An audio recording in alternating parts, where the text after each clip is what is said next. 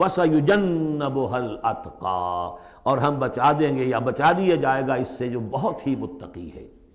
اس آیت کے بارے میں تقریباً کنسنسس ہے کہ یہاں مراد حضرت ابوبکر ہیں رضی اللہ تعالیٰ عنہ۔ اتقا، وہ تینوں صفات بتمام و کمال جس میں تھے وہ ابوبکر تھے۔ یہی وجہ ہے کہ تصدیق بالحسنہ میں ایک لحظہ نہیں لگا۔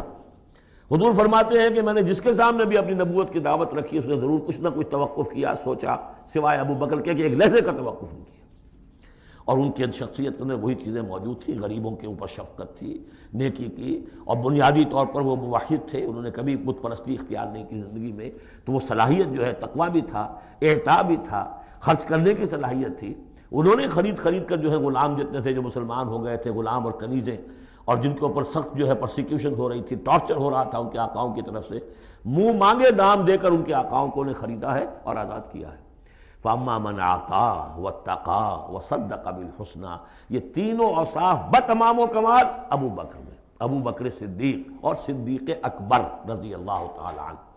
خواتین میں الصدیقۃ الکبریٰ حضرت خدیجہ الکبریٰ رضی اللہ تعالی عنہ۔